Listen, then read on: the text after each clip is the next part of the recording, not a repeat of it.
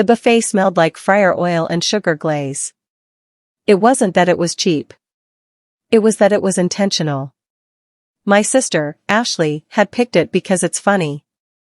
My brother, Jason, added, it fits the theme.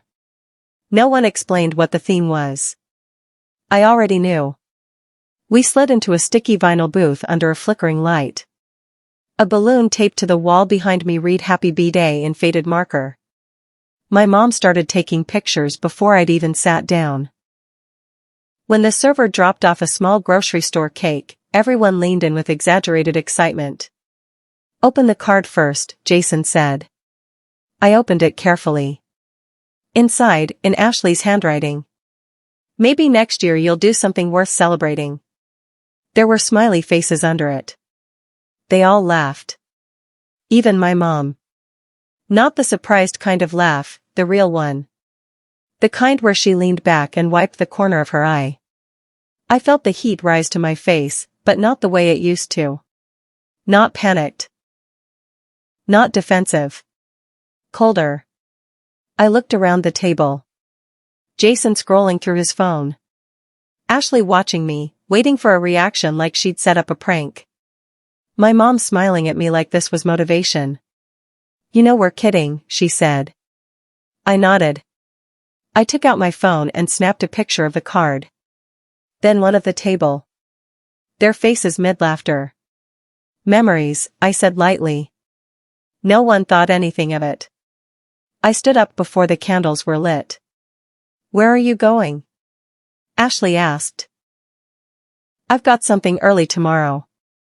It wasn't dramatic. I hugged my mom. Paid my portion at the counter before anyone could argue. Then I walked out into the parking lot under a buzzing neon sign. No slammed doors. No speech. Just air. For years, I handled the rental property. Technically, we all owned it. My parents had put it in our names for family security. In reality, I did everything. Filings. Tenant screening. Maintenance coordination. Insurance renewals. I knew when permits expired. When inspections were due. They knew the rent showed up. Every time something went wrong, my phone rang. You're good at this stuff, Jason would say. You're organized, Ashley would add. Organized meant responsible. Responsible meant invisible. The morning after my birthday, I opened my laptop. I drafted a formal notice of resignation as managing member. Filed it with the county clerk. Updated the records. Removed myself as registered agent. Submitted the changes to the property portal. It wasn't revenge. It was correction. By law, someone else now had to step into the role. Someone else had to sign. Someone else had to be accountable. I didn't announce it. 3 days later, the group chat lit up. Mom. Why did we get a notice from the city? Jason, what is this about a managing member change? Ashley, did someone file something? Then a screenshot. A formal email from the housing authority. Without a registered managing member and updated compliance documents, the property would face escalating fines and possible suspension within 30 days. Mom, OP, what is this? I watched the messages stack up. Urgency replacing emojis. Jason, you handle this stuff. Just call them. Ashley, this is not funny. I typed slowly. I stepped down as managing member on Monday. The filings are complete. The typing bubble appeared, disappeared, reappeared. Jason, why would you do that without telling us? I stared at that message for a long time. Because I'm not interested in being responsible for something I'm treated like I don't contribute to. No response. Then my mom called. I let it ring once before answering. What is going on? She asked. Not angry. Alarmed. I resigned. Over a joke? It wasn't about the joke. She exhaled sharply. You're being dramatic.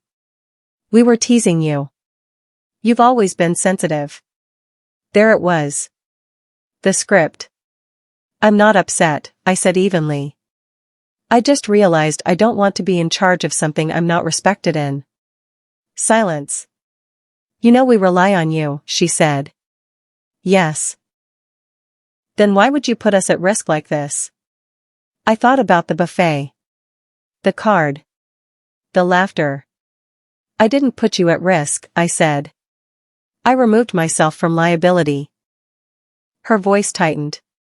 You can't just walk away from family. I didn't walk away. I stepped back. That property helps all of us. And it required work. I did that work. She didn't deny it. In the background, I could hear Jason asking what I was saying. You're punishing us, she whispered. No, I said.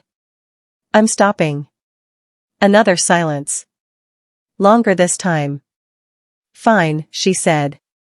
Send the information. I will. After I hung up, my hands were steady. The group chat shifted. From blame to logistics. Who would register? Who would take the compliance course? Who would meet the inspectors? For the first time, the responsibility wasn't automatically mine. No one apologized. But no one laughed either.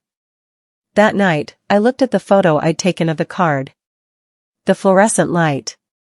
The cheap cake. Their smiles.